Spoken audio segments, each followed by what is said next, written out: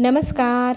ठरलं तर मग ह्या सिरियलच्या कालच्या भागामध्ये आपण पाहिलं इथे अर्जुनने आता कोर्टासमोर काही पुरावे आणलेले आहे आणि त्याचं असं म्हणणं आहे की ही जी सोनल आहे ती 21 वर्षाची आहे, तर ते सिद्ध करण्यासाठी काही ठोस पुरावे आहे का ही विचारणा केली जाते. तर अर्जुन मग सांगू लागतो, मी ना वडगावला काही गोष्टी शोधण्यासाठी गेलो होतो. तिथे गेल्यानंतर माझ्यासमोर काही गोष्टींचा खुलासा झाला. मी पोलीस स्टेशनला गेलो तर त्या पोलीस स्टेशनमध्ये ही जी लहानपणीची जी मुलगी आहे हरवलेली, तिचं नाव अंजली इंगळे असं काहीतरी, अर्चना इंगळे असं आहे. तर आता ती मुलगी आणि आत्ता आपल्याला सापडलेली ही सोनल नावाची मुलगी, ही जेव्हा देवळातल्या गुरुजींना सापडली होती तेव्हाचं त्यांनी केलेलं पोलीस स्टेशनमध्ये वर्णन आणि तिची जी माहिती, तिचा फोटो, ह्या दोन्हीही गोष्टी मॅच झाला. म्हणजे वडगावमध्ये आग लागली त्यावेळेला हरवलेली मुलगी ही त्या गुरुजींना सापडलेली होती. तर आम्ही तिचे खरे आईवडील शोधण्यासाठी त्यांनी जो पत्ता दिलेला होता ना त्या ठिकाणी गेलो. तिथे गेल्यानंतर कळलं की ते खूप वर्षांपूर्वी हे गाव सोडून गेले. कुठे गेले कुणालाही काहीच ठाऊक नाही. आता आजूबाजूला चौकशी केली तर त्यात एक बाई ती मुलगी आहे ना, तिची आईची बेस्ट फ्रेंड होती. तर आम्ही तिच्याकडे चौकशी केली तर ती म्हणते मलाही बरेच वर्ष झाले भेटलेच नाही, कुठे गेले कुणालाच ठाऊक नाही. तर आता आपण पाहू शकतो तिचा नवरा तिला म्हणू लागतो. मात्र तिला एक गोष्ट आठवली की ह्या मुलीच्या वेळेला ती गरोदर असताना तिचा नवरा घरी नव्हता. तर तिला कळा यायला लागल्या. मग ती आपल्याजवळ दुसरं माझगाव नावाचं गाव आहे, तिथे ना तिने सरकारी हॉस्पिटलमध्ये नाव टाकलेलं होतं. मग तिला मी तिथे घेऊन गेले, तिची डिलेवरी झाली, अगदी मुलीचा जन्म सगळं काही ते अंगाखांद्यावर खेळली ती मुलगी. आम्ही 3 वर्ष सोबत होतो. ते सगळं काही आम्हाला खूप चांगलं आठवतं.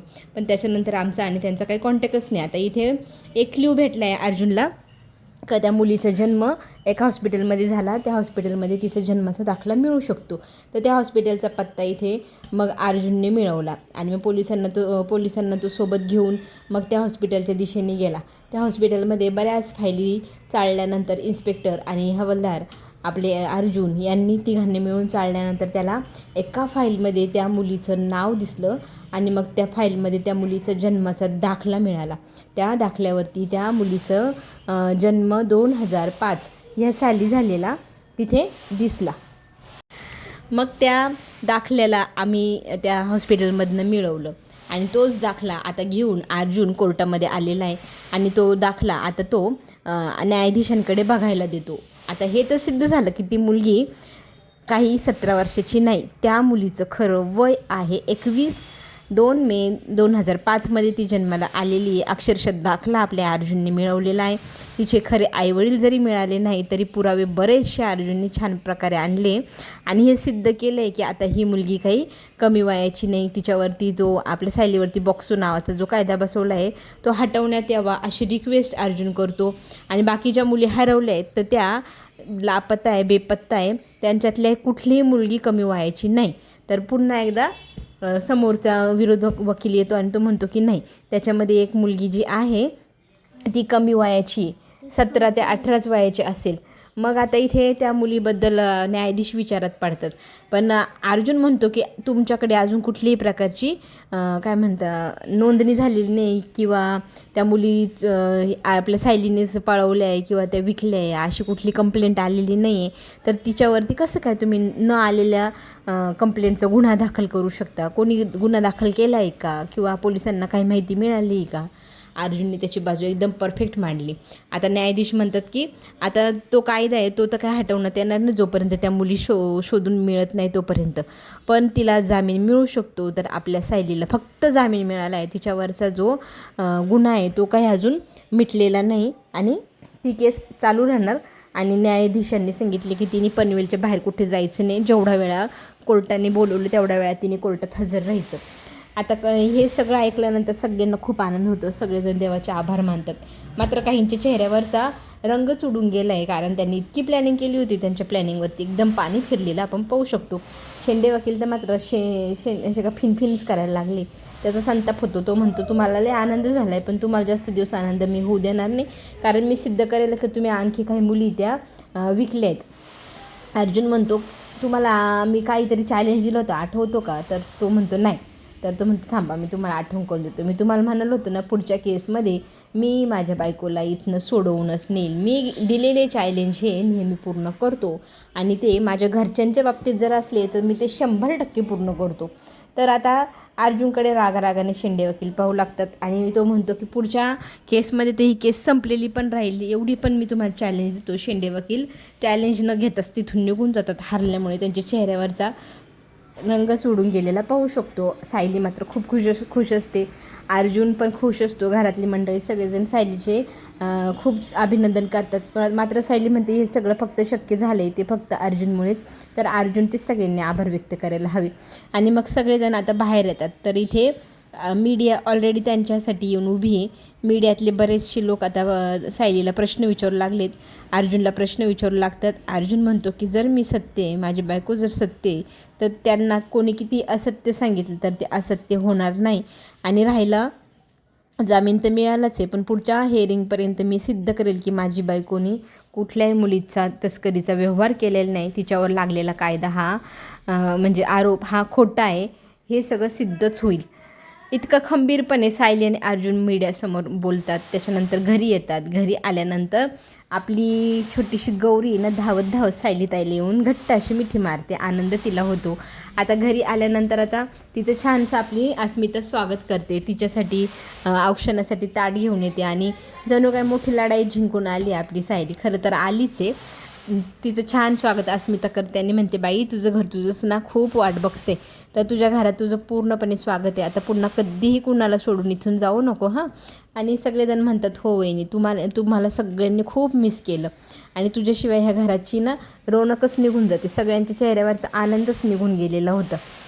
दुसरीकडे मात्र राकेश गेला आहे प्रियाला भेटायला आणि खाडकन त्या प्रियाने तिथल्या राकेशच्या थोबडीतच मारली. अरे हा काही इथं मार खायला बोलवला आहे. प्रत्येकजण येतं त्या राकेशला धुवून काढतं. तर राकेशकडे रागारागाने पाहत प्रिया म्हणू लागते की तुम्हाला एवढी गोष्ट मॅनेज करता आली नाही. राकेश म्हणतो आम्ही खूप प्रयत्न केले. तर ती म्हणते गप्प बस, काहीच केलेलं नाही तुम्हाला ना कवडीचं काम जमलेलं नाही. एवढी मेहनत करून मी तिला जेलमध्ये आणलं आणि तुमच्यामुळे ती पुन्हा एकदा निसटली. दुसरीकडे मैपत बाबा मात्र संतापलेले. मैपत म्हणू लागलाय की इतके प्रयत्न केले पण ते अर्जुन सायलीला आजपर्यंत कोणीच हरवू शकलेलं नाही आहे. ते दोघंजणं फार कमालीचे हुशार लोक आहे. तुमच्यांना नादीच लागायला नको होतं मी. तर इथे आपला सचिन म्हणतो की आपण असं एकमेकांशी भांडलो तर मग आपण केस कशी जिंकू. आपल्याला हे जे काही प्रकरण आहे त्यात जिंकायचं आहे. आपण एकमेकांशी भांडणं योग्य नाही. राकेश पण प्रियाला तेच म्हणतो की आपण एकीने राहायला हवं, आपली एकी खूप महत्त्वाची. तर इथे प्रिया संतापते म्हणते की माझं अजून मनसुद्धा भरलं नव्हतं. हवं तेवढा अपमानसुद्धा मी ते सायलीचं केलेलं नव्हतं आणि ती सायली जेलच्या बाहेर पण गेली. मला खूप राग येतो आहे, काही करून ती आत आलीच पाहिजे. तर इथे राकेश म्हणतो की अजून आपल्याकडनं संधी गेलेली नाही. आपल्याकडे अजून त्या मुली आहे. त्या मुलींचा व्यवहार झाला, त्या मुली एकदाच्या का त्या नरकात गेल्या का मग आपल्याला पूर्णपणे सिद्ध करता येईल की सायलीनेच हे सगळं केलं. अजून पण आशा आहे यांना की पुन्हा एकदा सायलीला जेलमध्ये टाकू आपण.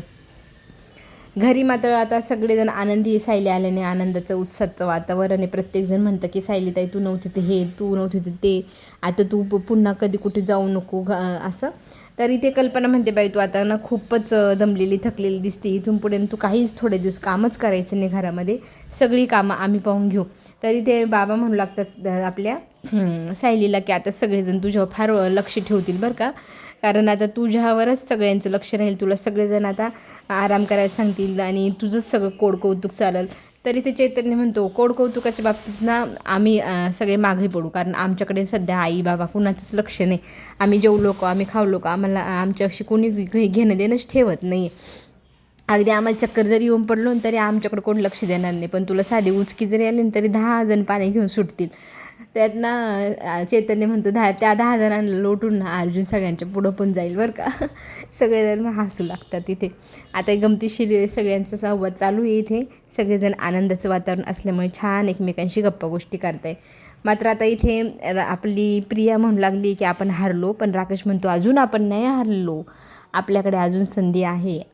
आपण आता 4 जण किंवा 5 जण नाही, तर आता आपण 6 जण आहोत. टोनी नावाचा जो एक व्यक्ती आलेला आहे तोही सायलीच्या विरोधात चांगलेच कांड करतोय. सायली अर्जुनला धडा शिकवण्यासाठी आणखी एक नवीन व्यक्तीची एंट्री झाली आहे. टोनी आता हा टोनी कोण आहे आणि कसा आहे हे तर आपल्याला कोणालाच काही ठाऊक नाही आहे. ते आता सगळं पुढे जाऊन कळेलच. प्रोमोमध्ये इंटरेस्टिंग गोष्ट अशी आहे की सायलीला अजूनही प्रश्न पडला आहे की हे सगळं घडवून आणणारी व्यक्ती असेल तरी कोण. खूप प्लॅनिंगनुसार केलं आहे आणि आपल्यावरती कंटिन्यू त्या व्यक्तीची वॉच पण आहे. तर असं काय घडलं आहे एवढ्या दिवसात की एखादी व्यक्ती आपल्या इतक्या जवळ आली आणि त्या व्यक्तीने एवढी माहिती आपली मिळवली. इथं सचिन मात्र टोनीला सांगतोय की काय काय घडले आणि आता पुढे काय काय करायचं आहे. टोनी म्हणतो काहीच काळजी करू नका, ती सायली पुन्हा एकदा जेलमध्ये जाईल म्हणजे जाईल.